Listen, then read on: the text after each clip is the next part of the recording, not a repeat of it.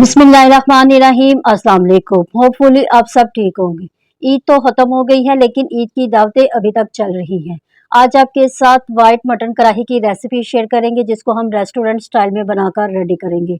Easy तरीके से हम इसको घर में बनाकर रेडी कर सकते हैं। रेसिपी अच्छी लगे तो इसको लाइक और शेयर करें और मेरे चैनल फूड मास्टर को सब्सक्राइब करें। चलिए रेसिपी स्टार्ट करते हैं।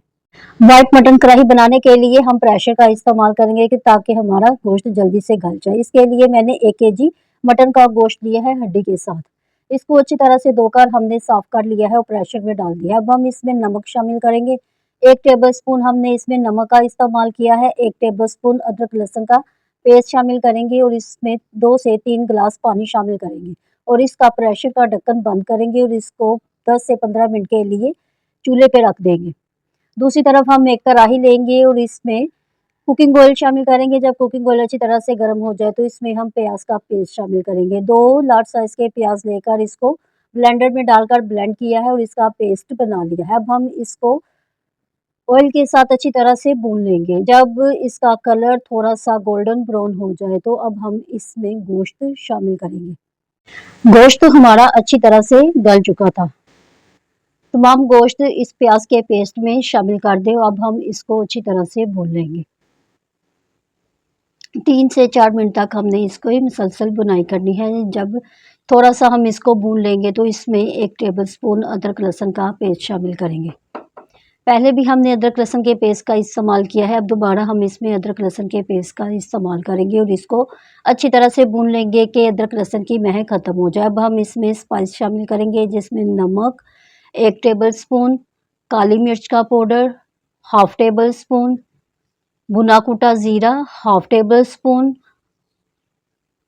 भुना कुटा धनिया हाफ टी स्पून। सिर्फ यही स्पाइसेस में जाएंगे। बहुत ही कम स्पाइस के साथ ये वाइट मटन कढ़ाई बनकर रेडी होती है लेकिन खाने में इसका जायका बेहद डिलीशियस बनकर रेडी होता है। अब हमने मसालों के साथ इस गोश्त की अच्छी तरह से बुनाई करनी है। जब इसकी बुनाई हो जाए तो इसमें अब हम 1 कप दही शामिल करेंगे। दही को अच्छी तरह से फेंट कर शामिल करें। जब दही शामिल करें तो चूल्हे की आंच को हल्की रखें कि दही हमारा फटे ना।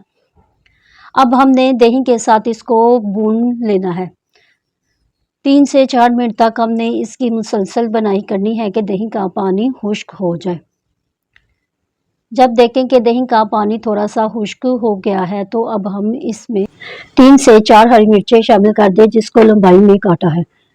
इसको भी अच्छी तरह से मिक्स कर दें। जब ये तमाम चीज़ें अच्छी तरह से मिक्स हो जाए तो अब हम इसमें थोड़ा सा पानी शामिल करेंगे। हाफ गिलास हमने इसमें पानी का इस्तेमाल किया है। हमने इसमें गोश्त की यखनी का इस्तेमाल किया है जिसमें हमने गोश्त को बॉईल किया है। 10 मिनट के लिए इसको कवर कर दें। 10 मिनट के बाद हम इसका ढक्कन उठाएंगे। मज़ेदार हमारी ये मटन कढ़ाई बनकर रेडी हो गई है। अब हम इसको थोड़ा सा मिक्स करेंगे। पानी भी हमारा खुश्क हो चुका है। अब हम इसमें 4 से 5 टेबल स्पून क्रीम शामिल करेंगे। क्रीम को शामिल करने के बाद अब हम इसमें थोड़ी सी हरी मिर्चें शामिल करेंगे और लंबाई में कटा अदरक भी इसमें शामिल कर दें।